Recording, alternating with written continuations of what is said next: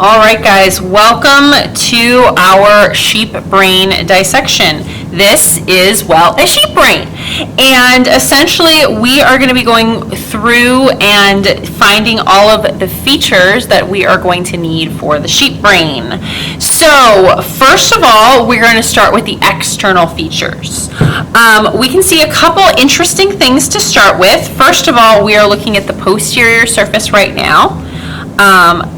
Posterior inferior surface, and this is the superior surface, and this is the posterior superior surface. Okay, so anterior is here. Now there's a couple interesting things different in a sheep brain than in a human brain because, well, sheep walk on four legs. Okay, and so because of that, you can see that their cortex and their cerebellum and brainstem are all in one line. Had they been an animal that walks on two legs like we do, they would have it turned like this, okay? Like you've seen in the models we've been looking at, okay? So essentially, some important things that we've kind of glossed over already, but we'll say them now. So this here is your cerebrum, or sometimes called your cerebral cortex. Now you can see that there's all of these wrinkles here, and these wrinkles are called gyri, okay? You can also see right down the middle here, we have our longitudinal fissure. So the longitudinal fissure is going to be going all the way across and separates the right and left sides of the brain. Okay. Now towards the back here, we have our cerebellum, and then this is our brainstem. Okay. Now, when we turn it to the inferior portion, we have a lot of interesting things to see here. First of all, these guys here are cranial nerve 1. Cranial nerve 1 has smell information, okay? So we can call these the olfactory bulb because cranial nerve 1 is called the olfactory nerve, all right? Now, before we continue down with some of these things, I want to point out this flappy thing here is meninges, okay? Now the meninges would have covered the entire brain, but it was cut back for us. They didn't cut this section though, because if they cut this section, we would lose a lot of these cranial nerves in here. As it is, many of these cranial nerves are very difficult to identify, but we can see that we have meninges here, all right? So this here, we have an optic nerve on either side. This portion here is the optic chiasm. Remember, the optic chiasm is where cranial nerve 2, the optic nerve, crosses over. Okay? We also can see that we have some more tissue in here, and there are more cranial nerves in here, but it honestly gets really mushy. And for your purposes, it doesn't matter for this class anyways. We just will accept the fact that cranial nerves 3, 4, 5, 6, 7, all of those are right kind of in this area, okay?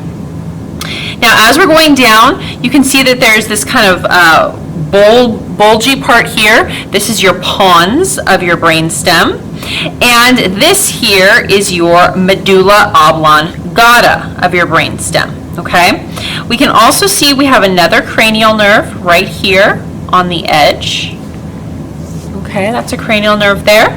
And so essentially, that is everything that we can easily identify on the external surface of our brain. All right, guys, so we have our scalpel, so we are ready to go ahead and do our cut. So, two very important things whenever you are doing a dissection. Always, always, always cut away from yourself. You never know when the tissue is going to be a different consistency than you're expecting it to be, and all of a sudden the knife can get away from you. So you always want to cut away from yourself. You also always want to anchor what you're cutting so that it doesn't wobble around.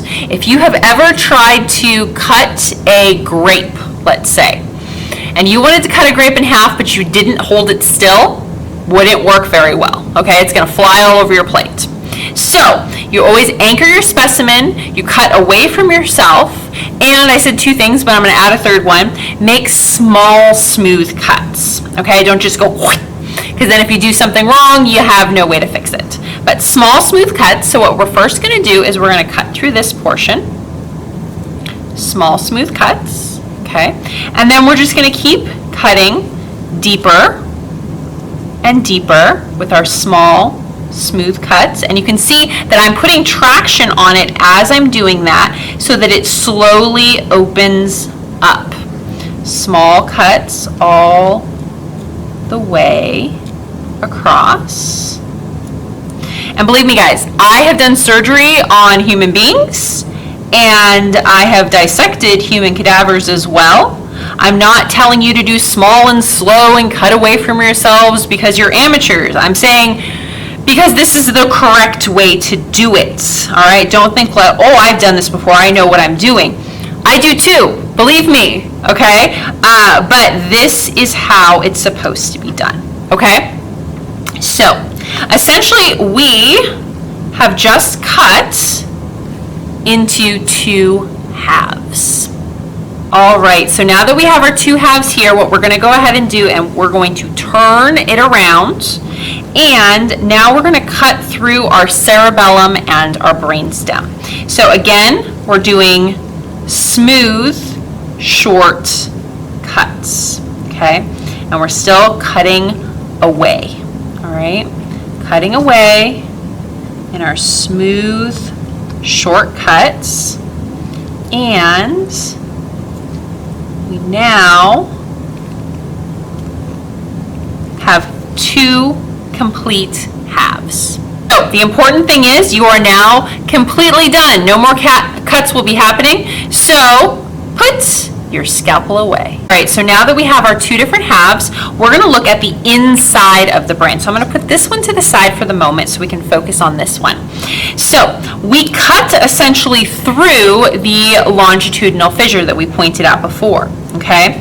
And when we did that, we revealed some interesting stuff in here. We still have the cerebellum down here, but you can see it looks very different on the inside. We still have the medulla oblongata here. This wide portion is still the pons, but now we can see the midbrain. We couldn't really see it before because of the meninges, okay? Now, we also can see that we have this white section here, this white loop. That is called the corpus callosum. The corpus callosum attaches the 2 sides of the brain and allows them to speak to one another, okay? Just below that, in this general section here, we have the thalamus, all right? And then we have, let me see, this is the optic chiasm that we've cut open. We can still see cranial nerve 2 there, optic chiasm. And just below the optic chiasm, there is supposed to be a few extra structures that don't show very well on this, but you don't really need to worry about them, okay?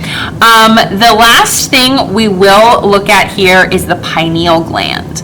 And the pineal gland is on the opposite side from the optic chiasm. It is over here. And the pineal gland helps to secrete melatonin, which helps you sleep at night. So those are all the structures that we need to be able to identify on the interior brain.